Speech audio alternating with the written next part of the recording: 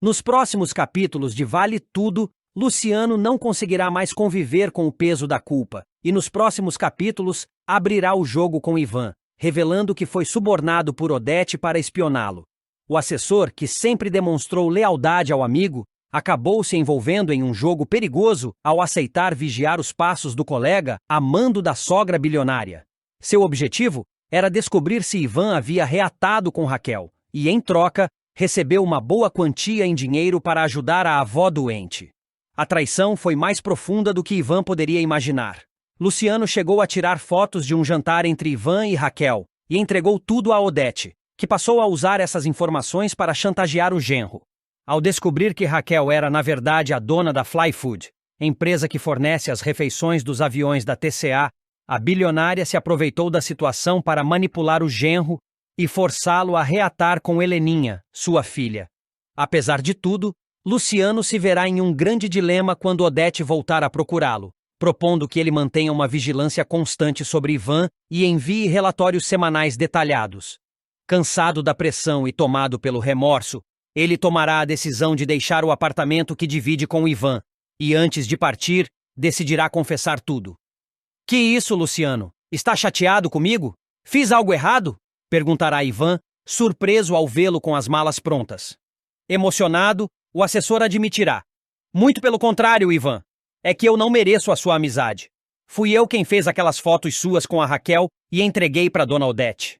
Visivelmente arrasado, Luciano explicará que aceitou o dinheiro porque sua avó estava doente e precisava de tratamento.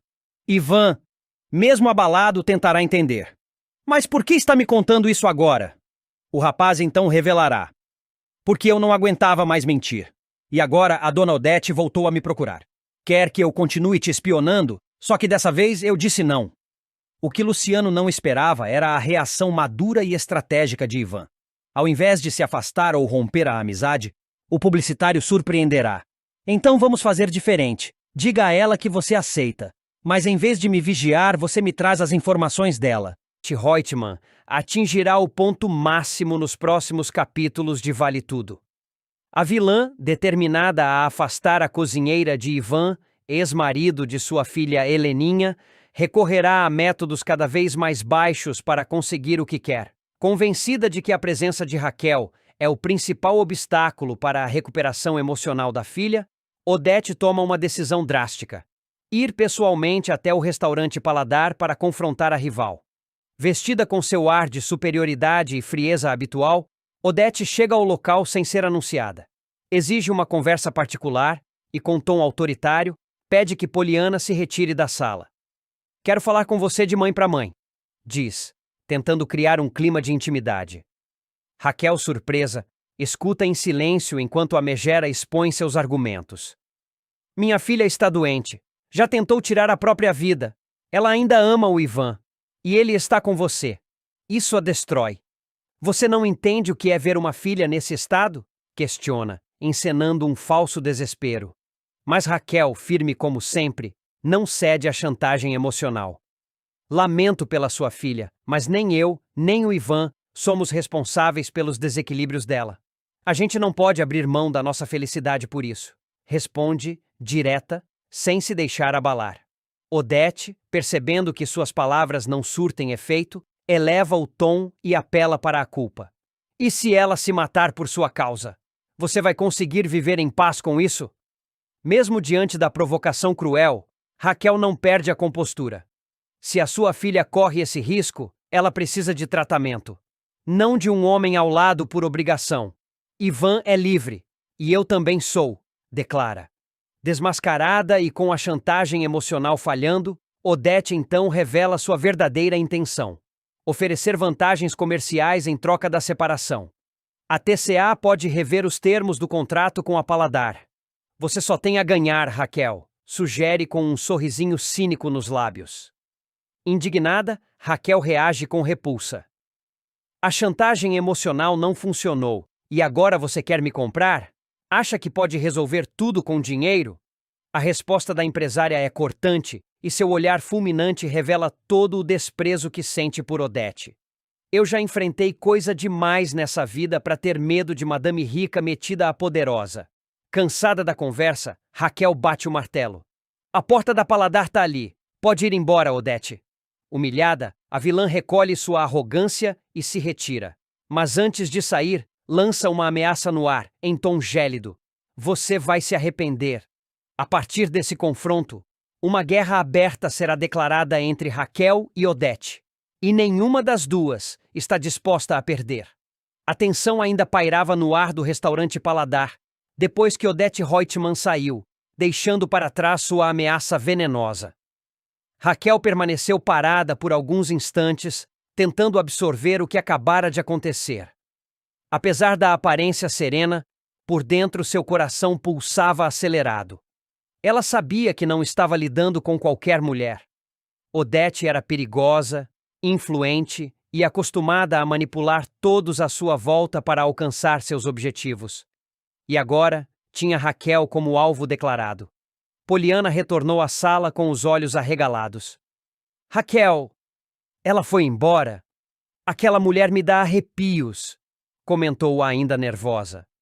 Raquel apenas assentiu, respirando fundo. Foi, mas não sem antes deixar claro que essa história está longe de acabar. Ela jurou que eu ia me arrepender. Naquela noite, enquanto encerrava o expediente, Raquel refletia sobre o encontro. Sabia que Odete não era mulher de palavras vazias. O que viria a seguir? Boicote?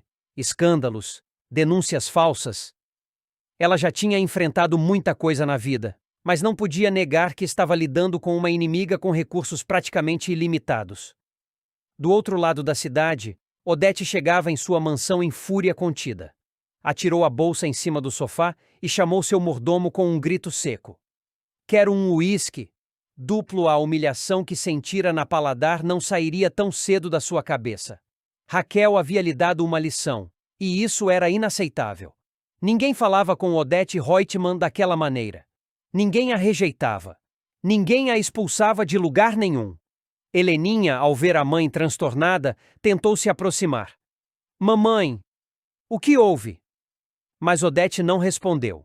Em vez disso, deu um gole longo na bebida e foi para seu escritório. Sentou-se diante do telefone e começou a discar. Havia algo de sombrio em sua postura.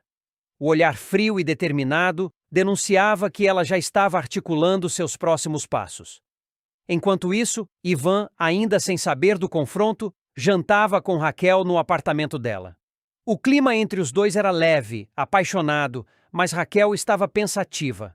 Preciso te contar uma coisa, disse encarando o namorado. Sua ex-sogra apareceu hoje na Paladar. Ivan arregalou os olhos.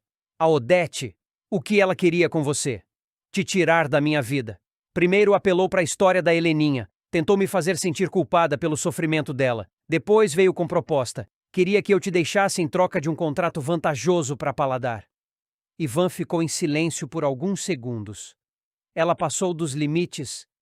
Ela não está acostumada a ouvir não, completou Raquel. Mas hoje ouviu e saiu de lá furiosa. Ivan segurou a mão dela. Raquel, eu tô contigo. Não vou deixar que ela nos separe.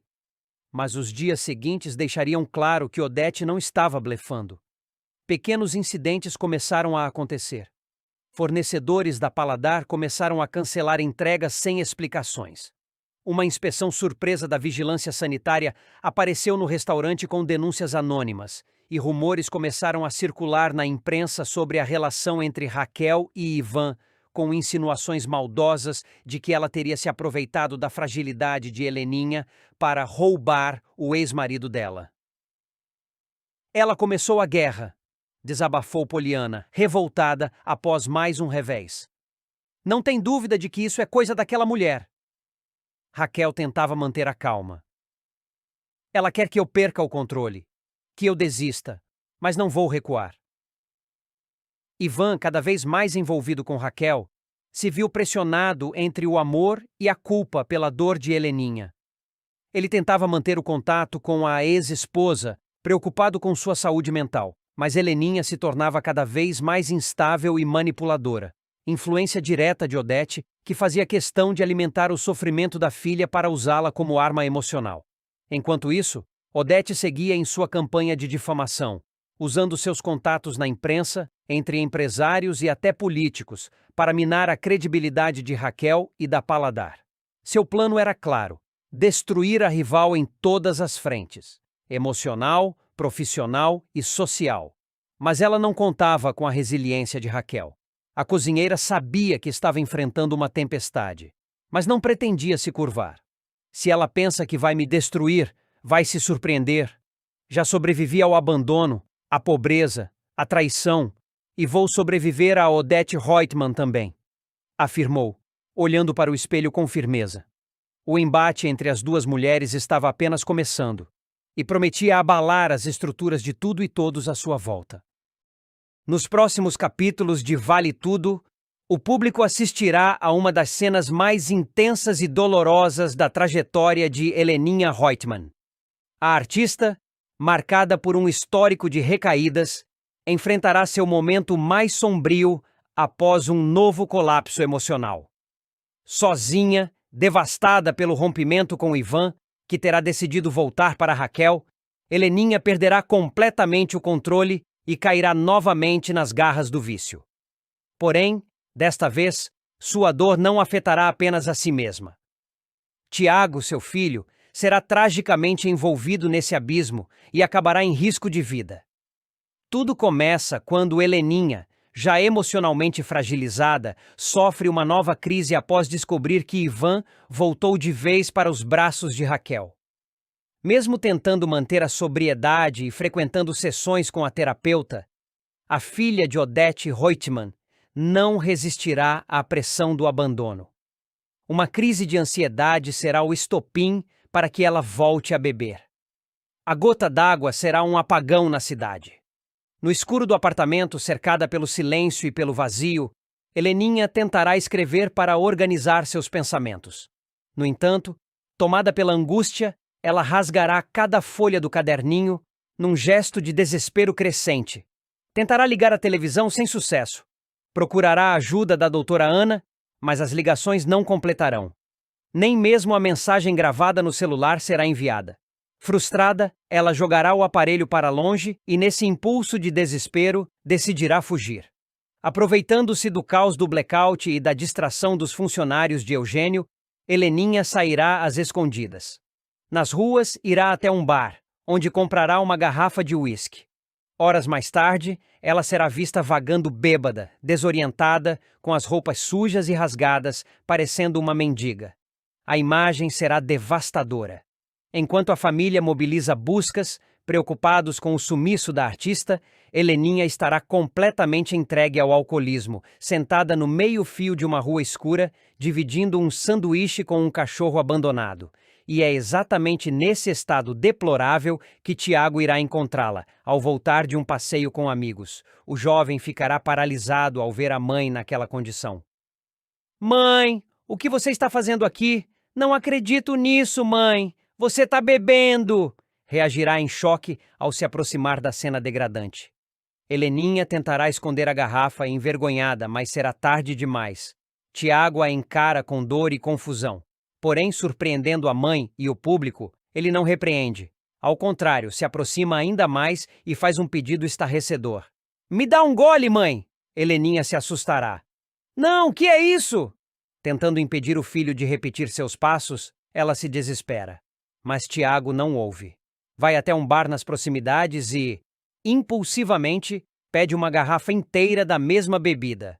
"Não, Tiago! Para de besteira, meu filho!" Suplica Heleninha entre soluços e tontura. Mas o jovem já não ouve mais. Enfurecido e confuso, explode. "Qual é o problema? Você gosta tanto de beber. Você coloca tudo em risco só para beber. E você tem bom gosto. Beber deve ser muito bom.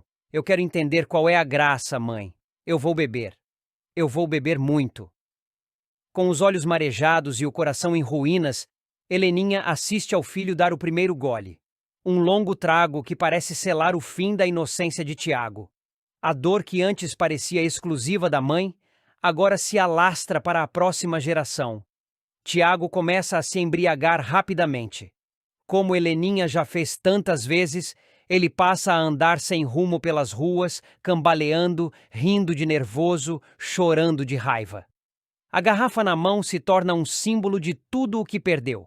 A estabilidade, a segurança, a fé na mãe. Mas a noite, que já parecia sombria, ainda reserva o pior. Em uma rua deserta, Tiago será abordado por um grupo de criminosos. Inicialmente, tentará evitar confronto, mas seu estado de embriaguez o tornará vulnerável. Os marginais perceberão isso imediatamente. Com violência, o cercarão e o agredirão brutalmente, exigindo a carteira e o celular. Sem forças para reagir, Tiago será espancado e jogado no chão. Eles só recuarão quando uma viatura da polícia se aproximar. O jovem será encontrado machucado, sangrando, com o rosto inchado e desorientado. A notícia do assalto chegará rapidamente aos ouvidos de Eugênio e da família Reutemann, provocando uma nova onda de desespero. Eugênio ficará revoltado ao saber que a irresponsabilidade de Heleninha acabou colocando o neto em risco. Já Heleninha, ao receber a notícia do hospital, entrará em colapso. Num momento de rara lucidez, ela gritará consigo mesma, tomada pela culpa. Eu destruí tudo. Eu acabei com o meu filho, como a minha mãe fez comigo. Descobriu algo que a deixou profundamente inquieta. Leonardo, seu filho, que ela considerava perdido para sempre, estava mostrando sinais de melhora. A notícia chegou até ela através de Ana Clara, jovem que estava cuidando dele diariamente, e isso mexeu com a megera de um jeito que ninguém esperava. Decidida a agir, Odete não perdeu tempo e procurou Ana Clara para uma conversa, cujo teor revelaria muito sobre suas intenções e sua personalidade fria e calculista. Em uma sala silenciosa e tensa, Odete, com a expressão dura e olhar penetrante, anunciou para Ana Clara que faria uma viagem para fora do país, mas não sem antes garantir que todos os depósitos relacionados a Leonardo estariam seguros. Eles seriam depositados diretamente na conta bancária da jovem, que agora tinha a responsabilidade de cuidar do rapaz. A ideia era clara: manter o controle sobre a situação, mesmo estando longe, e ainda exercer poder sobre Ana Clara, que era quem lidava com Leonardo no dia a dia. Ana Clara, por sua vez, ouvia atentamente, mas logo decidiu abrir o jogo. Contou a Odete que, surpreendentemente, Leonardo estava melhorando. Essa declaração deixou a matriarca da família visivelmente abalada. A surpresa e o medo eram evidentes em sua voz e no brilho que sumiu momentaneamente de seus olhos. Como é que é? Exclamou Odete, incrédula, como se aquilo fosse uma ameaça à sua própria existência. O diálogo entre as duas se desenrolou de forma tensa e cheia de subentendidos. Ana Clara, que já estava acostumada a lidar com a frieza de Odete, mas ainda assim se mostrava preocupada, começou expressando suas apreensões. Odete, eu preciso ser sincera com você. Eu fico preocupada com o que pode acontecer com Leonardo. Não tem ninguém mais além de mim por perto. E se surgir uma emergência? Com quem eu falo? Preciso de algum contato, alguém que possa ajudar se algo der errado. A resposta da vilã não poderia ser mais cruel. Meu filho morreu há 13 anos, mocinha. Não tem mais nada de relevante que possa acontecer com ele, disse, com uma frieza que fez o ar na sala parecer mais pesado. Ana Clara insistiu, tentando arrancar alguma garantia, algum gesto que mostrasse humanidade naquela mulher aparentemente impenetrável. Mas, Odete, eu preciso ter um contato de emergência. Se algo acontecer com o Leozinho, eu não sei o que fazer. Odete respondeu quase como se estivesse dispensando o assunto. Vou pensar nisso. Ana Clara, sem desistir, tentou trazer um pouco de luz para aquele cenário sombrio. Disse que, mesmo sem formação adequada, estava fazendo o possível para ajudar Leonardo a melhorar. Faço alguns exercícios com ele, um pouco de fisioterapia, tento manter uma alimentação melhor, hidratação. A minha avó já estava bem velhinha e pequena. Agora que eu estou aqui direto, o Leozinho está melhorando. Essas palavras fizeram Odete ficar pasma. Ela não conseguia acreditar no que estava ouvindo. Como é que é? Ele está o quê? Repetiu, claramente chocada, e tentando digerir a informação. Eu não entendi. Como assim ele está melhorando? Insistiu. Ana Clara explicou, tentando conter a empolgação, mas deixando transparecer uma esperança que ela não tinha coragem de negar. Eu não tenho muito o que fazer durante o dia, então cuido dele. Sei que ele perdeu massa encefálica, que ninguém sabe como ele ainda está vivo. Não tem como ele ficar totalmente bom. Melhorar para ficar bem mesmo. É difícil, mas ele está melhorando. Um pouco. Odete, mais preocupada do que deixava transparecer, ressaltou uma observação que ela mesma tinha notado e não conseguia explicar. Pois é, mas isso não está fazendo bem para ele. Bem que eu notei que ele estava agitado, fazendo barulhos estranhos. Ana Clara, firme na sua dedicação, tentou tranquilizá-la. Leonardo nunca vai conseguir falar, Odete, mas eu acredito que ele pode ter uma vida melhor. Ele pode sentir menos dor, menos sofrimento e até demonstrar algum reconhecimento. A conversa começou a ficar insustentável para Odete, que claramente não queria se aprofundar no assunto. Com uma expressão de impaciência, ela se levantou, sinalizando o fim do papo. Chega disso, disse, caminhando lentamente em direção à porta. Antes de sair, tentou evitar olhar para o quarto onde Leonardo estava, mas foi impossível. Por um instante, seu olhar se desviou para dentro da casa, onde o filho repousava. A visão a fez hesitar por um segundo, como se algum sentimento contraditório, talvez de culpa ou medo, tentasse emergir. Mas ela rapidamente reprimiu essa fraqueza, virou-se e saiu, deixando Ana Clara sozinha com seus pensamentos e a difícil responsabilidade que agora carregava. Ana Clara, por outro lado, é o fio de esperança na vida do rapaz. Mesmo sem conhecimentos técnicos ou formação na área, ela demonstra uma dedicação genuína e um amor quase maternal. É ela quem vê os pequenos avanços, quem tenta garantir um mínimo de dignidade para Leonardo. Betty Reutemann, sempre atenta aos mínimos detalhes ao seu redor, começa a demonstrar um interesse peculiar por César, o modelo charmoso e ambicioso que circula pelos bastidores da TCA. Durante uma conversa informal com Marco Aurélio, ela deixa escapar sua curiosidade. Quem é exatamente esse rapaz, César? Vejo potencial nele. E alguma coisa me intriga. Enquanto isso, Heleninha, ainda lidando com a sobriedade e tentando manter os pés no chão, compartilha com Celina uma impressão estranha. Aquele homem, o tal do Olavo. Eu juro que já vi aquele rosto antes. Só não consigo lembrar onde. Celina escuta com atenção, intrigada, mas muda de assunto ao ser surpreendida por uma notícia preocupante. A empresa que fornecia a comida das aeronaves da TCA acaba de declarar falência. Vendo ali uma oportunidade, Celina rapidamente sugere a Raquel e Poliana que a Paladar, a empresa de refeições criada por Raquel, entre em cena e assuma o posto. As duas gostam da ideia e começam a agir. Enquanto isso, em outro canto da cidade, Daniela aconselha o amigo André. Cuidado com essa história de se envolver com a Aldeide. Essa mulher tem um jeito perigoso. André ouve, mas parece dividido entre o charme da mulher e a prudência da amiga. Antes de continuar, já deixe nos comentários de onde você está assistindo esse vídeo e se inscreva no nosso canal, assim você ficará por dentro de tudo o que irá acontecer em Vale Tudo. Já Lucimar se vê às voltas com as investidas de Vasco, que quer reatar o relacionamento. Ela, com o coração ainda balançado, promete pensar com carinho. Não sei, Vasco. Muita coisa aconteceu, mas eu vou pensar. Em outro ponto da trama, Consuelo, sempre atenta, sente o cheiro do perfume de Aldeide impregnado em André e o confronta com desconfiança. Você esteve com ela, não foi? Não tente me enganar. Esse cheiro eu reconheceria em qualquer lugar. André tenta despistar, mas a desconfiança está plantada. Maria de Fátima, por sua vez, leva um susto ao conversar com Heleninha e descobrir que a empresa de segurança identificou um dos homens que participou do roubo do quadro.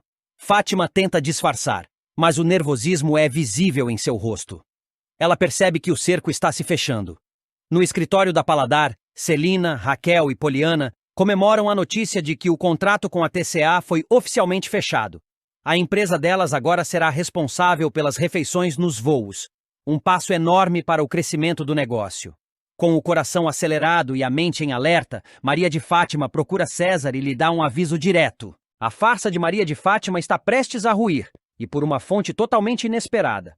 Nos próximos capítulos de Vale Tudo, Afonso finalmente descobrirá o caso da ex-namorada com César, e quem trará à tona toda a verdade será Sardinha, movido por um misto de indignação e desejo de justiça. Tudo começa quando Sardinha, funcionário da Tomorrow e amigo leal de Solange, começa a ligar os pontos das armações de Fátima.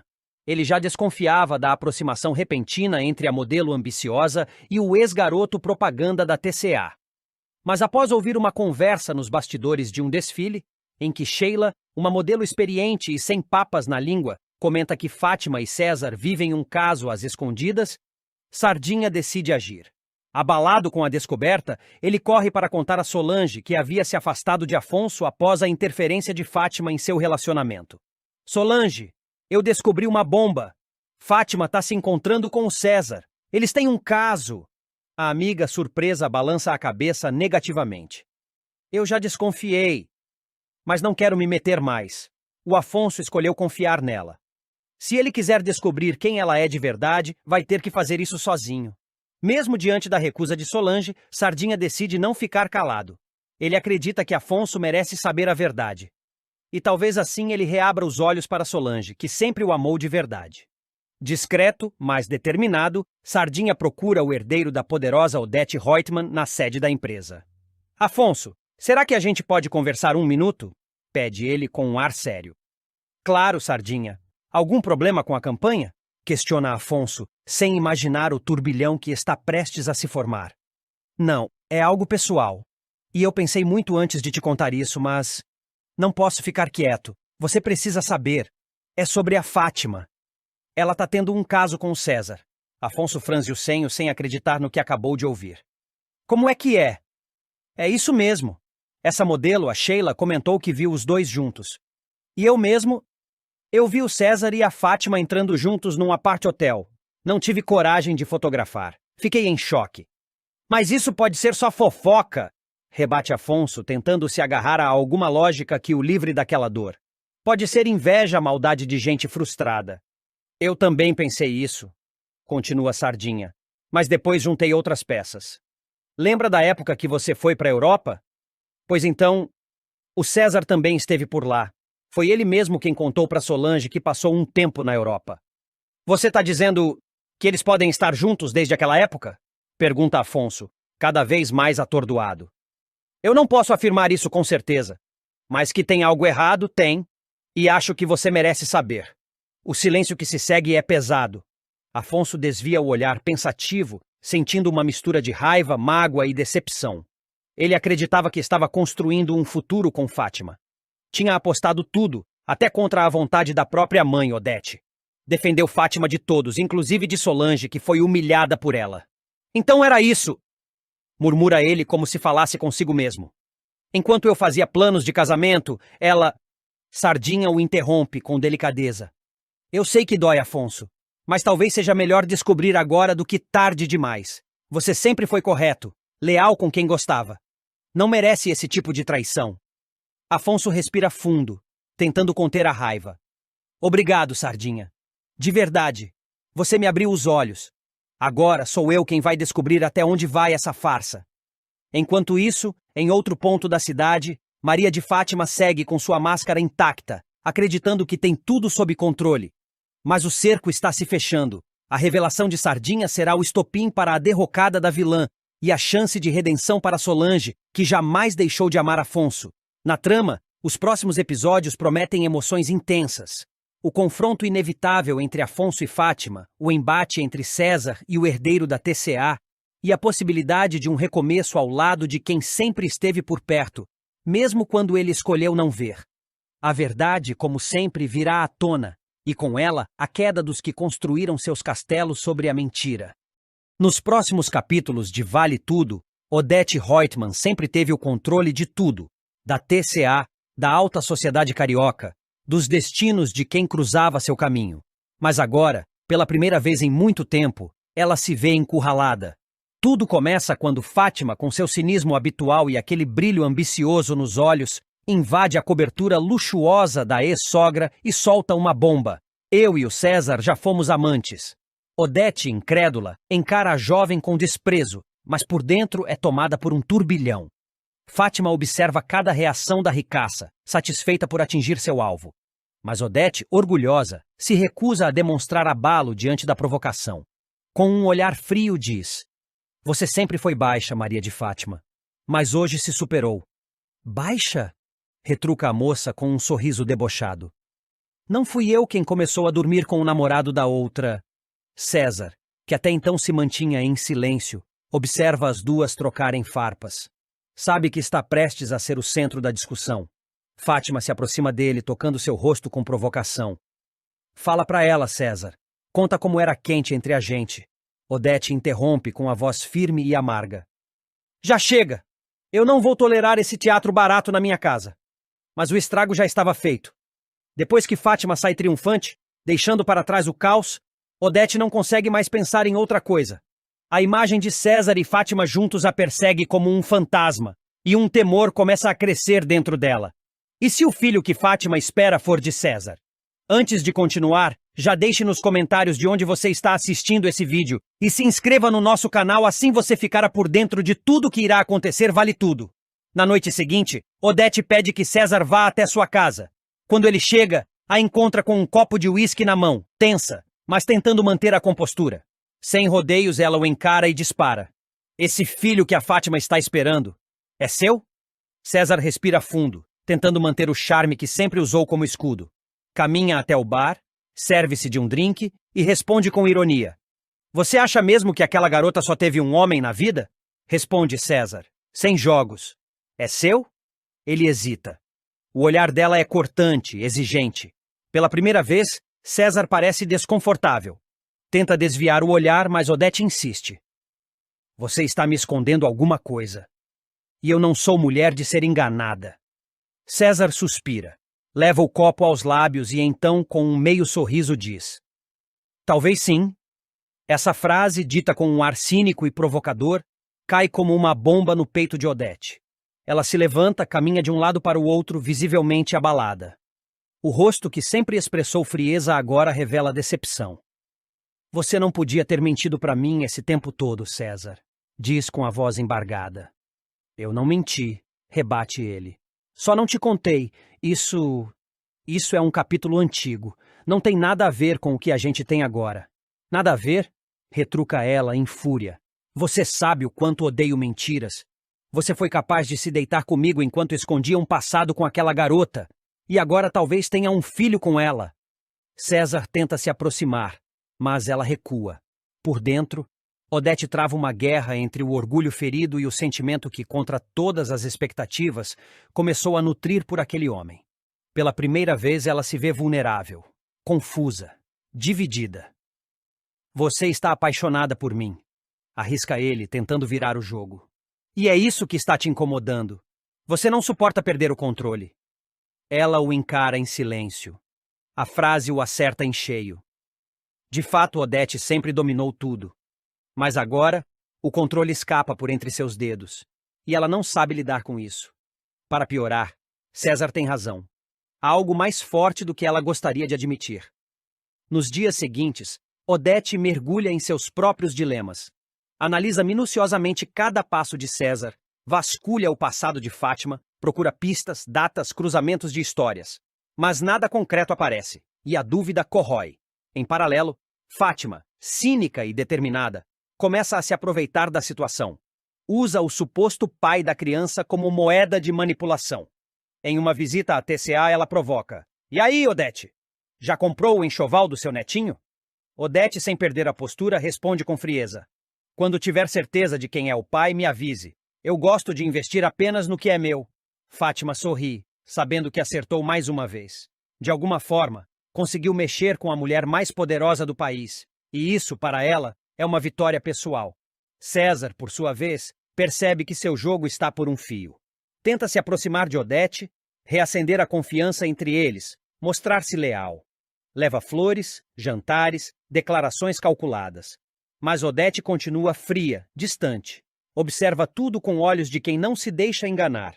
Até que em uma noite chuvosa ela o encara novamente, os olhos marejados, mas firmes. Se esse filho for seu, vai embora da minha vida. Você ainda me ama, Odete? Eu não sei mais, e talvez nunca tenha amado. Mas o que eu sei é que não suporto ser enganada. Eu não quero te perder. Então prove.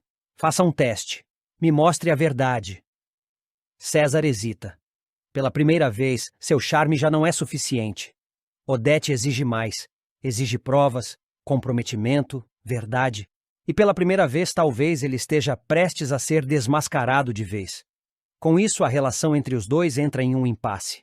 Enquanto Odete tenta descobrir a verdade por trás da gravidez de Fátima, César se vê encurralado, dividido entre os segredos do passado e a sobrevivência ao lado da mulher que pode arruiná-lo ou salvá-lo. E Fátima continua assistindo tudo de camarote com aquele sorriso cínico, pronta para dar o próximo golpe. Afinal, em Vale Tudo, só uma coisa é certa: ninguém é completamente inocente, e a verdade pode ser a arma mais perigosa. A partir da enigmática resposta de César, o mundo de Odete Roitman começa a desmoronar por dentro, ainda que ela mantenha a fachada imponente diante de todos. A dúvida sobre a paternidade do filho de Fátima vira uma ferida que ela tenta esconder, mas que cresce a cada minuto. Você me envolveu num jogo sujo, César, dispara Odete, fitando o amante com olhos que oscilam entre mágoa e fúria. Não era isso o que eu esperava de você. César, como sempre, tenta amenizar a situação com charme e frieza.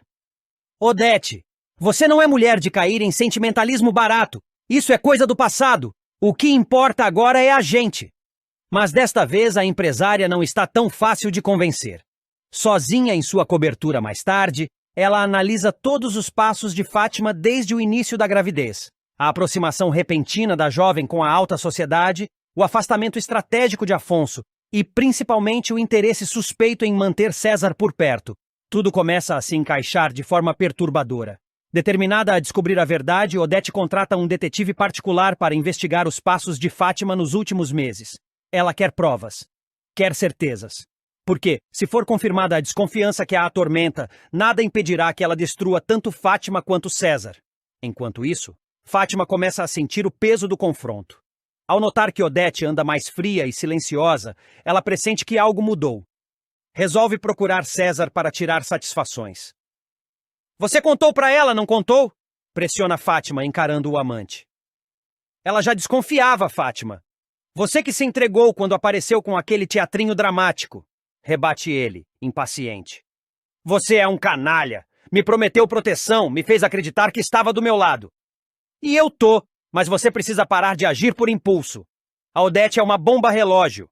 E agora, graças a você, tá prestes a explodir. Fátima, nervosa, ameaça ir à imprensa e revelar tudo. César, assustado com a possibilidade, tenta controlar a situação. Você vai destruir a sua própria vida se fizer isso. E não pense que a Odete vai perdoar. A jovem hesita. A tensão cresce. Do outro lado, Odete continua impassível por fora, mas fervendo por dentro. Quando finalmente recebe o relatório do detetive, seu rosto se contrai ao ler o que já temia.